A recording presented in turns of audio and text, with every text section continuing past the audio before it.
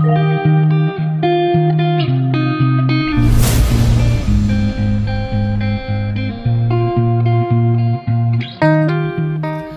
saudara-saudaraku yang terkasih, salam sejahtera buat kita semua. Tolong dukung channel Kristiani Tube dengan subscribe dan nyalakan lonceng notifikasinya.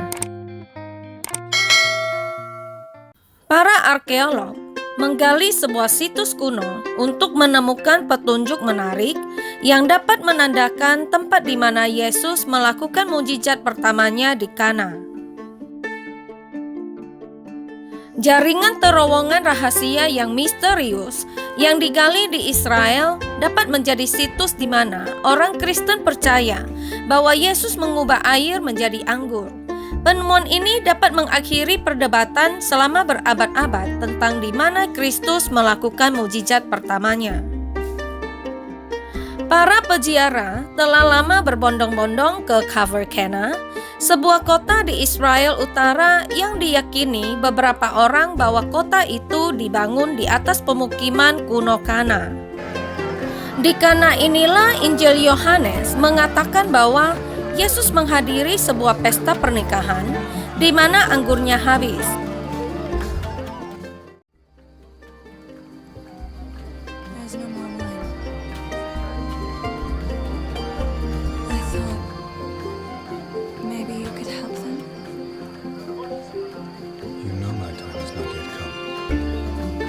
Dia memerintahkan para pelayan untuk mengisi kendi-kendi tersebut dengan air.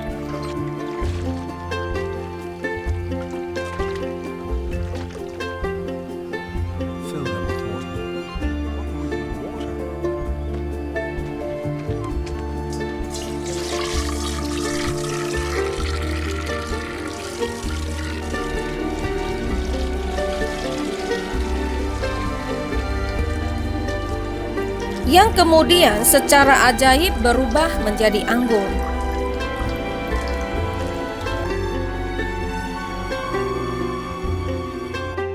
Tetapi sekarang beberapa arkeolog percaya bahwa Kana pada zaman Alkitab mungkin adalah lereng bukit berdebu 5 mil lebih jauh ke utara. Gua-gua kuno tersebut berada 5 mil di utara kota, di mana menurut banyak orang Kristen modern, Yesus melakukan mukjizat.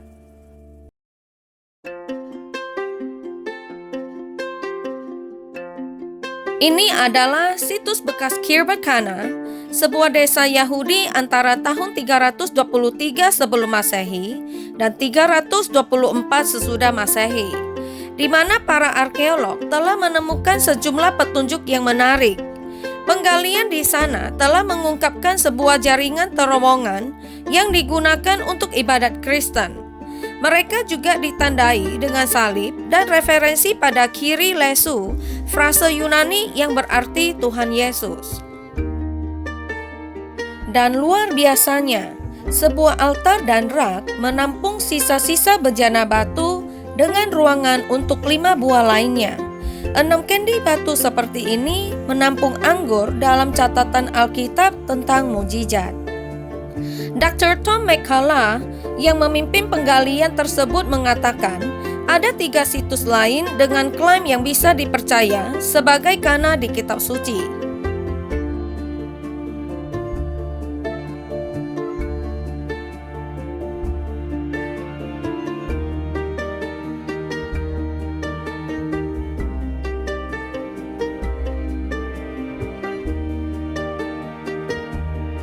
Namun, dia menambahkan, tidak ada yang memiliki kumpulan bukti yang meyakinkan seperti itu selain Khirbet Kana. Kami telah menemukan sebuah kompleks gua pemujaan Kristen yang besar yang digunakan oleh para peziarah Kristen yang datang untuk menghormati keajaiban dari air yang berubah menjadi anggur. Kompleks ini digunakan mulai akhir abad ke-5 atau awal abad ke-6 dan terus digunakan oleh para peziarah hingga periode tentara salib abad ke-12. Teks-teks peziarah yang kami miliki dari periode ini yang menggambarkan apa yang dilakukan dan dilihat para peziarah ketika mereka datang ke Kana di Galilea sangat cocok dengan apa yang telah kami ungkapkan sebagai kompleks pemujaan. Sebagai bagian dari buktinya, Dr. McCullough menunjuk pada karya sejarawan Yahudi abad pertama Flavius Josephus. Dia berkata, rujukannya pada Kana secara geografis selaras dengan lokasi Khirbet Kana dan secara logis sejalan dengan gerakannya.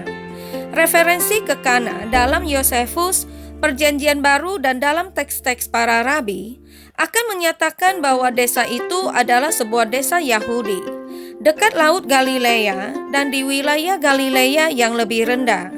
Khirbet Kana memenuhi semua kriteria ini. Ada 5 calon lokasi bersejarah Kana. Lokasi yang menjadi calon Kana yang bersejarah adalah 1. Kafr Kana di Israel modern.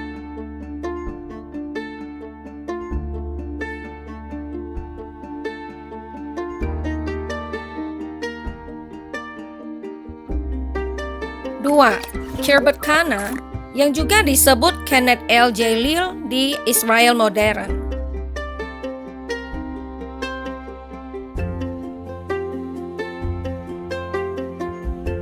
3. Eina Kana di Lebanon Selatan.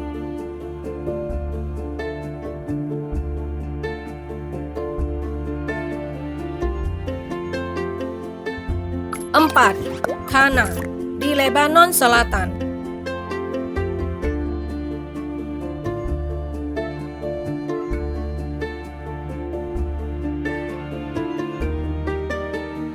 5. Khamar Rasam di Israel.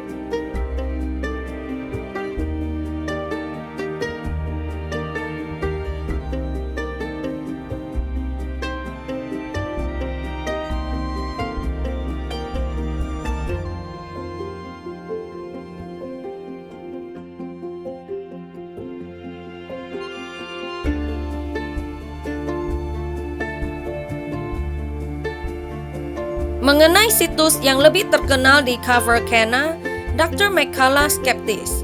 Saat wisatawan yang berkunjung ke Israel dewasa ini dibawa ke Kana, mereka akan dibawa ke Kafr Kana, katanya.